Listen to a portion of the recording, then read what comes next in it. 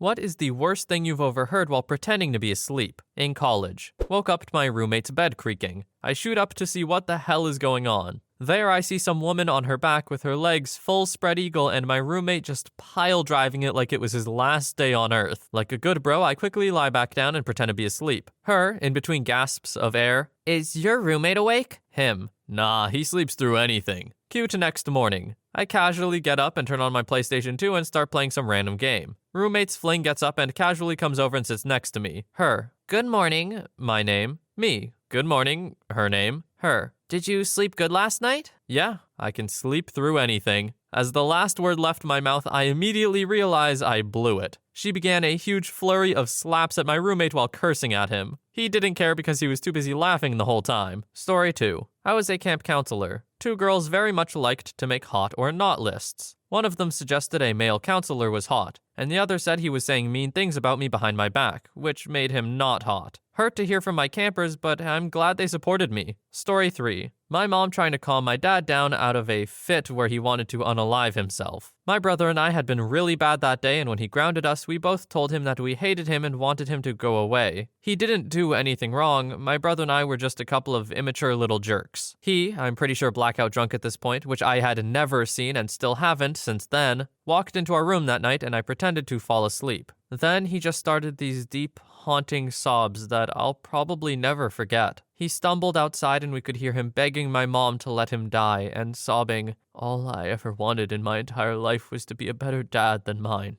I was only 11 or so, but it destroyed my heart. I think that's the time I learned that emotional pain can actually physically hurt. I was hunched over in my bed, bawling my eyes out and on the verge of throwing up. I also felt like a jerk for what we said. My brother, thankfully, was able to sleep through it all. I think about that every 2 weeks or so, and I always message him to tell him I love him when I do. I hope he forgot about it, but being a dad myself now, I don't think it's something you truly ever forget. It might not hurt like it did in the moment, but I don't think you forget. Like most heartbreaking things, I guess. I mean, as a kid, you just don't know the weight of what you're saying. And I guess in most cases it has less weight when you're a kid, but it can still hurt all the same as a parent, especially on a particularly bad day. I hope OP's dad is doing better now, and I'm really glad that OP took action to make his dad feel better. I'm sure that genuinely that has gone a really long way, so good for them. Story 4. Acted asleep while family were talking amongst themselves about me getting married off to this girl who's educated but 5 years older than me.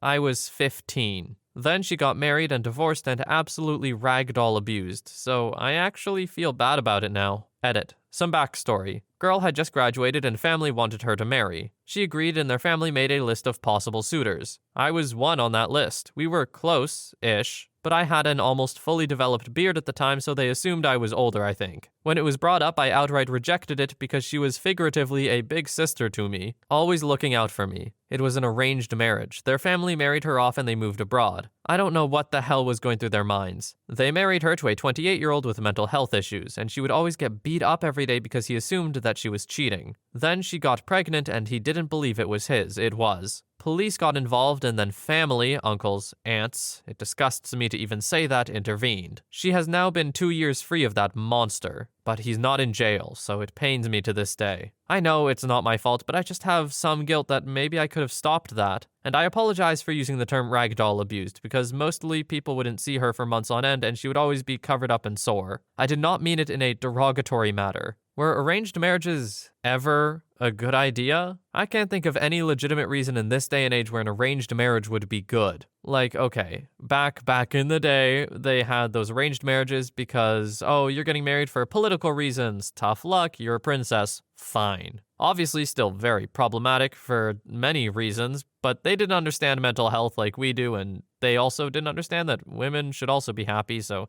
anyway. But nowadays, I feel like there's no excuse to still have arranged marriages. I know for some people it's just cultural, but even then, it feels very archaic to me, even from a culture standpoint. I don't care if it's tradition, it's proven to be actively harmful, so maybe don't. I don't know. Maybe I'm gonna get some backlash for that. That would be exciting. Maybe there are more reasons that I'm not thinking of too, so if you do have any legitimate reasons that could explain why arranged marriages aren't bad, then please tell me. I'm open-minded, always willing to learn, I promise. Story 5. Sleeping over at a friend's house when I was 14. All of us on the floor in the living room. Couldn't sleep. Two of my friends, guy and girl, directly next to me start doing freaky things to each other. I was extremely shy and a couple of years younger than them, so I stayed quiet and hoped that they would stop. Had to listen to them for an hour while she made weird moaning, squeaky noises and he was singing in a slightly weird, whispery, singy voice. They were Matchbox 20 songs, and he was doing whatever he was doing at the same time. That was the last time I slept over at a friend's house. Story 6. I wasn't pretending to be asleep per se, but I was well on my way. I was under anesthesia and was fading in and out. I remember closing my eyes to help move things along. I was in a lot of pain because my appendix ruptured, and this happened years ago, so I can't remember all the details, unfortunately.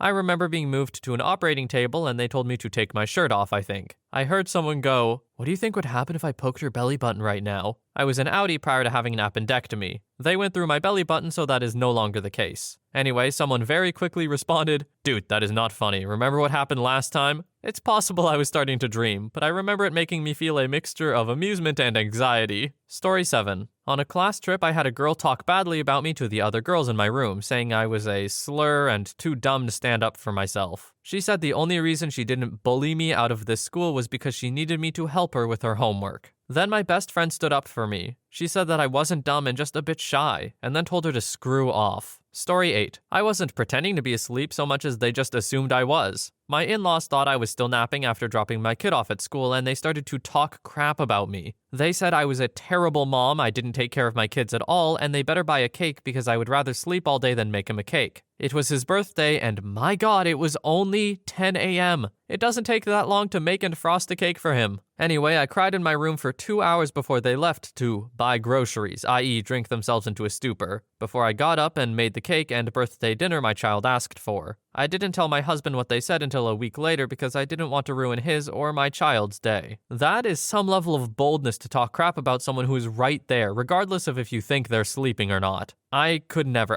I don't really talk crap about people that often anyway, but if someone's right there, especially not. Those people have no shame. Story 9. My roommate's girlfriend begging for butt stuff, but not in a hot way. So for context, this was freshman year of college, and my roommate for it was a nice dude in an incredibly toxic long-distance relationship with his girlfriend. She constantly called him and accused him of cheating. He never actually left the room except to go to class. I assumed she was cheating on him, because why else would she constantly assume he was cheating when she had no evidence that he had done it? And he had never done it before. But I never paid attention to the details of the conversations. In fact, I only knew about the cheating accusations because she constantly logged into his Facebook and messaged me pretending to be him, trying to get me to say that he cheated. Anyway, she visited. They went out on a date night and I went out drinking. I had a fight with the girl I'd been dating, so I went home and went to bed early. I was almost asleep when they came in, making out and all that. I was annoyed but tried to sleep. They were getting busy and then it got weird. "You can put it in my butt." Oh God. He was like, "Are you sure?" She goes, "Yeah, John did it, so it's only fair. Plus, you're smaller, so it'll be easy." Wait,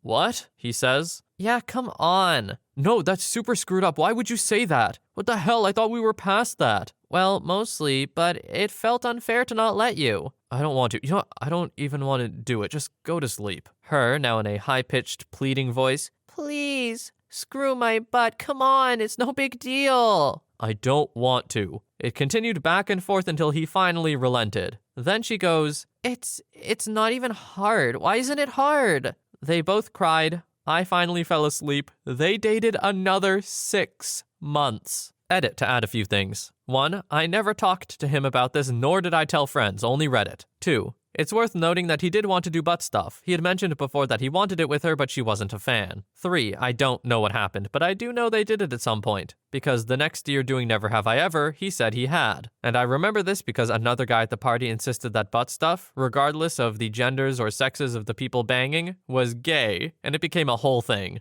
Yes, that guy ended up coming out of the closet, though not till senior year. My roommate is doing very well and is in a happy, healthy marriage as best as I can tell, and no, not with that girl. Regarding why he didn't dump her, he knew she was toxic, but she had been such a great girlfriend in high school and he loved her. He thought it could be fixed. He finally gave it up over summer break. What was even the game plan from the girlfriend here? What are you doing? Why would anyone ever be okay with you saying that? Also, yeah, that girl's super screwed up. Hell no, glad he got out of that. That girl was out to ruin his life, or at least make him miserable. I can't help but feel she's just at least a little naive though, because at the end, it's not even hard. Like, are you kidding me? Do you understand how anything works? Very strange. But that sounds like a wild ordeal to just listen to while you're pretending to be asleep. I'm surprised OP didn't break and say something. Story 11. Roommate's boyfriend and his friend came into my room when they thought I was asleep. It was warm and I was sleeping naked with minimal blanket coverage. I froze and pretended to sleep. They proceeded to talk about my body and how it was anyone's type. Also how easy it was to drug ladies these days. Oh, and also the friend talked about how easy it would be to steal/sell my boyfriend's boat motor that he had stored in the room. Yeah, so they were kicked out and friend became an ex-friend because she was upset that I would let my boyfriend kick them out. Story 12. Found out my dad's best friend died.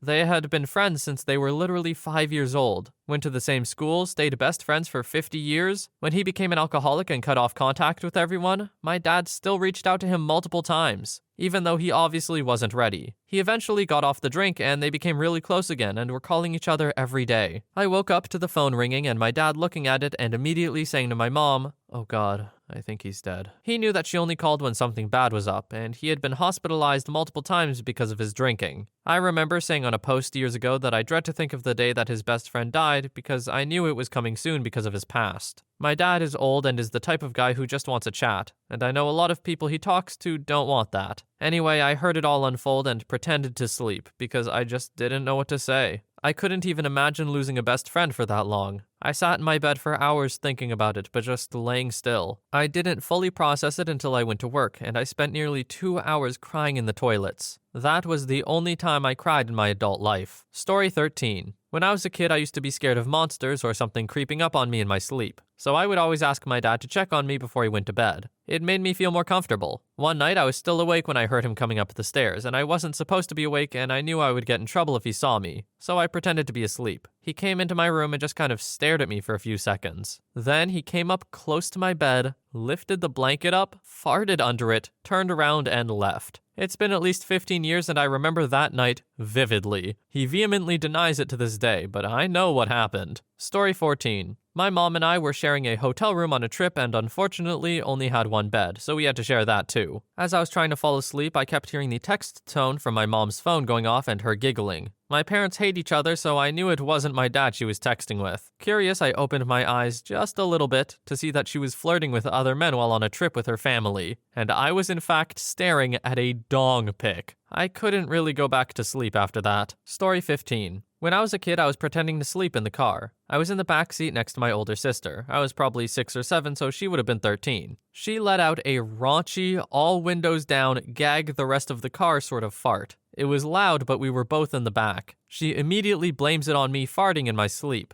The whole car laughs and rolls down their windows, and I stayed asleep. Not one person to this day knows that it was her, and she still thinks she got away with it. I got you, sis. Story 16. When I was 12, I was staying with my aunt and cousins for a few weeks during summer. My male cousin was 4 years older than me. One night I was laying down in the loft, my sleeping quarters for the trip, and my cousin came home late with a friend. They came up to the loft where they would normally hang out and began talking. The friend noticed that I was asleep. Asked my cousin if he could touch me. There was a whole back and forth about it, but in the end, my cousin agreed to let him. His friend then proceeded to touch me. I was terrified and pretended to stay asleep. After a moment, I moved a bit and rolled over, much like you would in your sleep. That was enough to get him to stop. I freaking hate that cousin to this day. This is not good. I don't really know of another way to say this. This is not good at all. This makes me unhappy with humanity. Story 17. 4 years ago, after a night out in NYC with a friend, we decided to crash at her parents' Manhattan apartment. They lived full-time outside of the city, instead of trekking back to our respective places. Her and her siblings basically used the apartment as a crash pad for whenever they were in that part of the city, and we were aware that one of her older brothers might show up there to sleep that night. When we got home, he wasn't there, and I opted to sleep on this really cool, enormous window seat in the living room instead of sharing a bed with my friend. I must have drifted off for a while, but I woke up to him coming into the apartment and talking on the phone. I decided to pretend to be asleep, since I had only met him once and didn't want to make sleepy small talk. I then heard him say to the other person on the phone, "Oh, I forgot, blank, friend, has this girl over. Yeah, she's cute.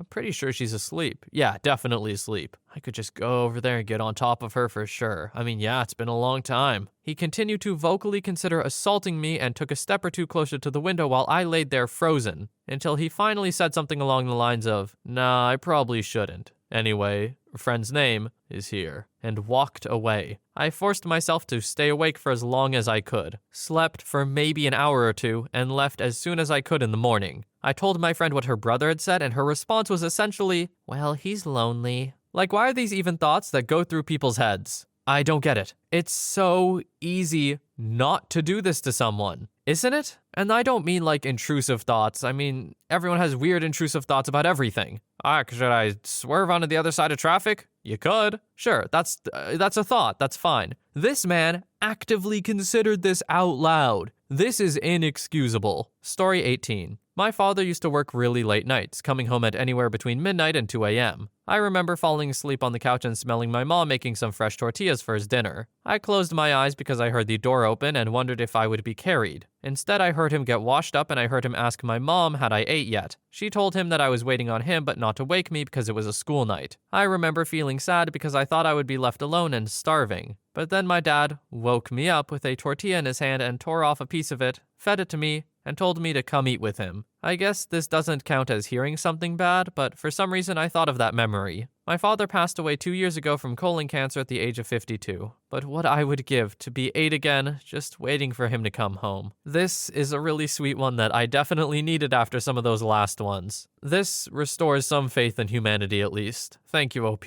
This is a great story. Story 19. Went off to Vegas with coworkers and got connecting rooms. I got back pretty wasted, laid down, and fell asleep. Shortly afterwards, my coworker walks in and silently starts drinking by the window. Shortly after that, my assistant manager walked in, sober-ish, and started arguing with the coworker by the window for 7 hours. Apparently, they had been hooking up and all of his insecurities were coming out. I was terrified because I felt like they were either about to start hitting each other or start banging. Story 20. Not exactly a bad thing, but we had a sleepover, and one of my best friends liked a girl from the group of friends we had gathered there. Apparently, she liked him back. So it was arranged that I would sleep on the couch in the living room. They were in front of me sitting together, while hugged in front of the fireplace. I pretended that I was fully asleep so my friend could make a move. I heard their entire 2-hour convo before they started making out. I literally couldn't sleep as they were talking so much. Not gonna lie, it was really cringy, but I powered through. They were checking on me then and there to see if I was awake, which for me was the most awkward part. They're in a relationship now and they're doing pretty well together. Story 21. I'd been laying in bed awake for a while, putting off getting up, when I overheard my roommate interrogating his girlfriend about the affair we were allegedly having. He sounded pretty unhinged, but she remained remarkably calm while he pressed her to explicitly deny engaging in a list of specific intimate acts with me. It was some weird and unsettling crap. There was nothing going on and I had no idea what would make him think anything was. We'd gotten along just fine up until then, and I was worried that my living situation was about to become a lot more tense. His girlfriend was gone by the time I got up, and life continued like nothing happened. Eventually, I learned that my wonderful roommate, whom I'd known for years, was really an abusive jerk, who would grill his girlfriend about made-up accusations for reasons I don't fully comprehend. Apparently, this is a pretty common behavior for abusers, and it wouldn't be the last time I encountered it.